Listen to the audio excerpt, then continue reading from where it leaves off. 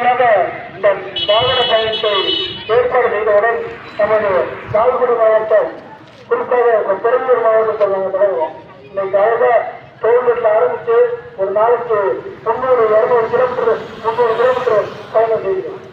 ஆனால் அந்த பயணத்தில் எங்களோட கூட வர தோழர்கள் கிட்டத்தட்ட 28 பேர் இருக்காங்க. பைக்கு மட்டுமே ஒரு 11 பைக் வரும். அதுக்காக தோழர்கள் வரும், யாருமே சோறு கிடையாது. ஏன்னா அந்த நீட்டோட தாக்கம் மிகப்பெரியது. ஒரு எத்தனை மாணவர்களை, எத்தனை அண்ணன் தம்பியாக இருக்கட்டும், தங்கைகளாக இருக்கட்டும், எத்தனை பேர் வந்துருக்கும்.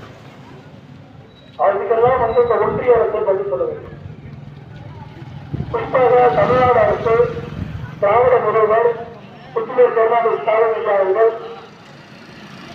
தீர்மானமே சொல்லுங்க, இந்த நீட் தேர்வை ரத்து செய்ய வேண்டும் என்று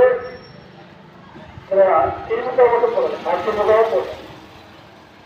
எல்லாத்தையும் வாங்கி வீடு உள்ள வச்சுக்கிற மாதிரி ஆளுநரும், அதே மாதிரி குடியரசுத் தலைவர்கள் ஒப்புதல் நாங்கள் கொடுத்துருக்கோம், ஒப்புதல் நாங்கள் கொடுத்துருக்கோம் சொல்லி இப்படியே ஒரு மாய தோற்றத்தை கடிக்கிறார்.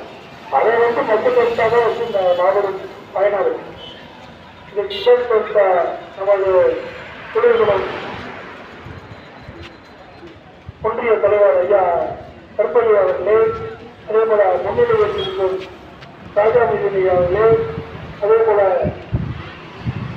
மாணவர்கள் ஐயா நாராயணன் அவர்களே, அதே போல இந்த முறைப்பாடு கலந்து கொண்டு சிறப்பித்து விட்டு மாணவர்கள் ஐயா ஆனந்தையா அவர்களே, அதே போல நமது மாவட்ட லால்குடி மாவட்ட தலைவர் செயலாளர்கள் வாழ்க்கரை அவர்களே, சங்கப்பட்டை அவர்களே, அதே போல இந்த மாநிலத்தின் பெருமிட்டு பொதுவேட்டத்தில் நடத்தி கொண்டிருந்த மாநில உள்ளிட்ட நம்ம அனைவரும் இந்த பகுதியிலிருந்து அவர் பகுதி